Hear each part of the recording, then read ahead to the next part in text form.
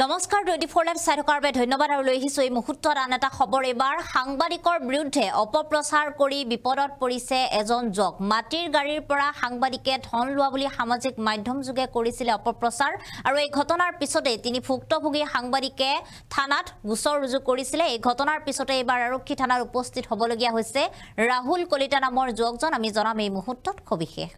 আমি জনাইছো এই মুহূৰ্তত এটা গুৰুত্বপূৰ্ণ খবৰ এবাৰ সামাজিক মাধ্যমত সাংবাদিকৰ বিৰুদ্ধে অপপ্ৰচাৰ কৰি এজন যুৱক পৰিছে বিপদত অপপ্ৰচাৰ কৰিছে এজন যুৱকে তিনি ভুক্তভোগী সাংবাদিকে হাজু থানাত ৰুজু কৰে গোচৰ তেওঁলোকে গোচৰ ৰুজু কৰিছে যুৱকজনৰ বিৰুদ্ধে আৰু ৰাহুল কলিতা নামৰ যুৱকজনৰ বিৰুদ্ধে গোচৰ ৰুজু কৰাৰ পিছতে ইতিমধ্যে তেওঁ থানাত গৈ উপস্থিত হ'বলগীয়া হৈছে আৰু সাংবাদিকে দাখিল কৰা এজাহাৰৰ ভিত্তিত হাজু থানাত হাজিৰ ৰাহুল কলিতা হাজু থানাত ইতিমধ্যে যেটো তেওঁলোকে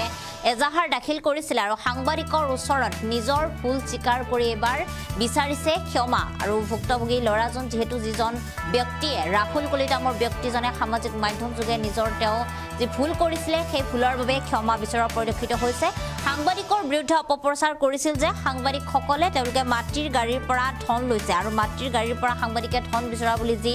অভিযোগ তেওঁ সামাজিক মাধ্যম যোগে কৰিছিল এই ঘটনাৰ পিছতে ভুক্তভোগী তিনি সাংবাদিকে যুৱকজনৰ বিৰুদ্ধে তেওঁলোকে গোচৰ ৰুজু কৰিছিল আৰু এই গোচৰৰ ভিত্তিতে তেওঁ নিখাৰ ভাগতে গৈ থানাত উপস্থিত হ'ব লগা হৈছে আৰু ভৱিষ্যতে তেনে ধৰণৰ কোনো কাম নকৰো বুলি তিনি ভুক্তভোগী সাংবাদিকক তেওঁ ক্ষমা খুজিছে আৰু এই ঘটনাৰ পিছতে সাংবাদিক কেইগৰাকীও ৰাহুল কলিতা নামৰ যুৱকজনক তেওঁলোকে নিজৰ ভুল স্বীকাৰ কৰাৰ বাবে ক্ষমা কৰি দিছে আৰু আলোচনাৰ ভিত্তিত মীমাংসা কৰা হৈছে সমগ্ৰ বিষয় মাটিৰ গাড়ীৰ পৰা যেহেতু সাংবাদিকসকলে ধন লোৱা নাছিল আৰু ধন লোৱা বুলি তেওঁলোকে মিছা অপবাদ যেহেতু সাংবাদিকসকলক দিছিলে বা সাংবাদিক কেইজনক দিছিলে ৰাহুল কলিতা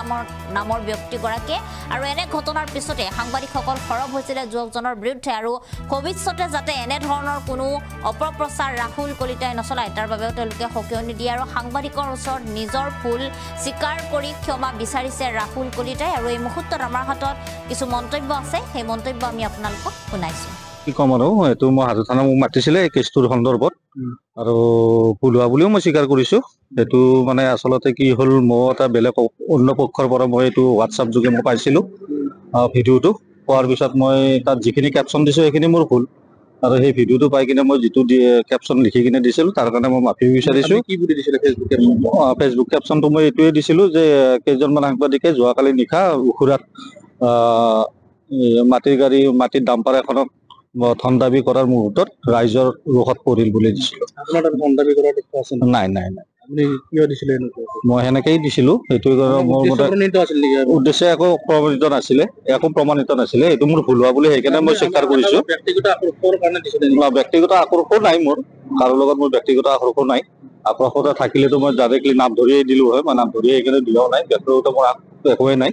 আৰু মই সেইটো দিয়া গৈছিলে এটো মোক যেটো অন্য পক্ষৰ পৰা দিছিলে হিয়ে মোক আচলতে কৈছিলে যে এনেকুৱা কৈছিলে এটো মই আপোনালোকক পাৰ্সোনালি ক'ব লাগিব ইয়াতে নকওঁ ৰাইজে জানিব লাগিব ইতিমধ্যে সাংবাদিকৰ মই পাৰ্সোনালি আপোনালোকক কম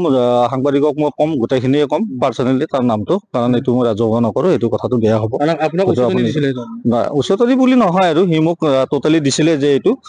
যে এনেকুৱা যোৱাকালি নিশা এনেকুৱা মাটিৰ ডাম্পাৰ ধৰিব যাওঁতে এই দখা হৈছে ইহঁতৰ এনেকে বুলি মোক কথা লিখিও দিছিলে সেইজন আচলতে ৰিপৰ্টাৰ আছিলে সংবাদদাতাই আছিলে এটো তেখেতৰ ঘৰটো মই ক'লো ন বাকীখিনি মই কৈ দিম মই এইটো মই কৈছিলো নাই চেনেলটো নাজানো কিন্তু আপুনি ব্যক্তিগত আকৰ্ষণৰ কাৰণে নাই ব্যক্তিগত আকৰ্ষণ নাই মই নাই বুলি আগতেও কৈছো আপোনাক এটো মই ভুল হোৱা বুলি ক'লো এইটো তেওঁলোকৰ তথ্য প্ৰমাণ নোহোৱাৰ কাৰণে মই দিয়াৰ কাৰণে এইটো মোৰ ভুল হ'ল সেইটোৱে মই স্বীকাৰ কৰিছো